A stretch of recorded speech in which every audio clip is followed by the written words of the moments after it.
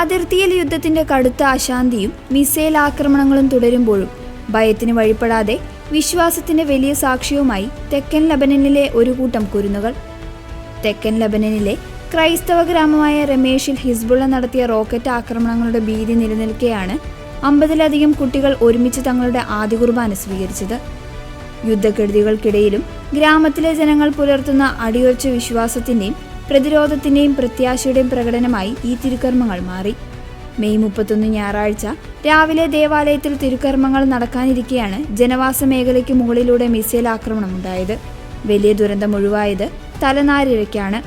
ആക്രമണത്തെക്കുറിച്ച് municipality മേധാവി Hannah അൽ അമീൽ പ്രാദേശിക മാധ്യമങ്ങളോട് പ്രതികരിച്ചത് ഇങ്ങനെയാണ്: ഞായറാഴ്ച രാവിലെ ജനങ്ങൾ താമസിക്കുന്ന വീടുകൾക്ക് നടുവിലേക്കാണ് ഒരു മിസൈൽ വന്നു പതിച്ചത്.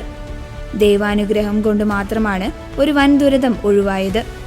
തങ്ങളുടെ ഗ്രാമത്തിൽ സൈനിക താവളങ്ങളോ സായുധ സംഘങ്ങളോ ആയുധങ്ങളോ ഇല്ല എന്ന് വ്യക്തമാക്കിയ അദ്ദേഹം ജനങ്ങൾക്ക് തങ്ങളുടെ മണ്ണിൽ സമാധാനത്തോടെ ജീവിക്കാൻ മാത്രമാണ് ആഗ്രഹമെന്നും സാധാരണക്കാരുടെ ജീവൻ അപകടത്തിലാക്കുന്ന നടപടികളിൽ നിന്ന് പിന്തിരിയണമെന്നും അഭ്യർത്ഥിച്ചു. തെക്കൻ ലബനനിലെ ക്രൈസ്തവ ഗ്രാമങ്ങളെ ലക്ഷ്യമിട്ട് നടക്കുന്ന തുടർച്ചയായ മിസൈൽ ആക്രമണങ്ങൾ പ്രദേശവാസികളിൽ വലിയ ഭീതിയാണ് സൃഷ്ടിച്ചിരിക്കുന്നത്.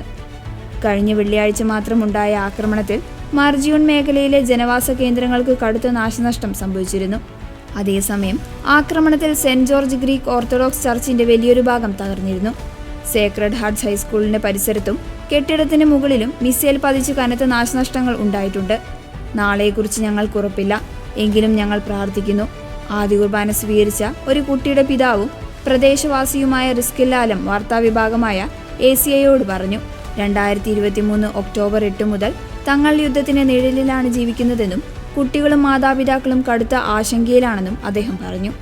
സുരക്ഷ മുൻനിർത്തി ആദ്യ കുർബാന ചടങ്ങുകൾ മാറ്റിവെക്കാൻ മാതാപിതാക്കൾ ആവശ്യപ്പെട്ടിരുന്നുവെങ്കിലും ഈ പ്രതിസന്ധി ഘട്ടത്തിലും കുഞ്ഞുങ്ങൾക്ക് ദിവ്യകാരുണ്യം നൽകണമെന്ന ലക്ഷ്യത്തോടെ വികാരിയച്ഛൻ തിരുക്കർമ്മങ്ങളുമായി മുന്നോട്ടു പോകുകയായിരുന്നു. ചുറ്റും ആക്രമണം നടക്കുമ്പോഴും ഭയത്തിന്റെ ഇരുട്ടിൽ അൾത്താരയ്ക്ക് മുന്നിൽ കൈകൾ കൂപ്പി പ്രാർത്ഥനാ ഗീതങ്ങൾ ആലപിക്കുന്ന ഈ കുരുന്നുകൾ തെക്കൻ ലബനന്റെ അതിജീവനത്തിന്റെയും അചഞ്ചലമായ ക്രൈസ്തവ വിശ്വാസത്തിന്റെയും പ്രതീകമായി മാറിയിരിക്കുകയാണ്.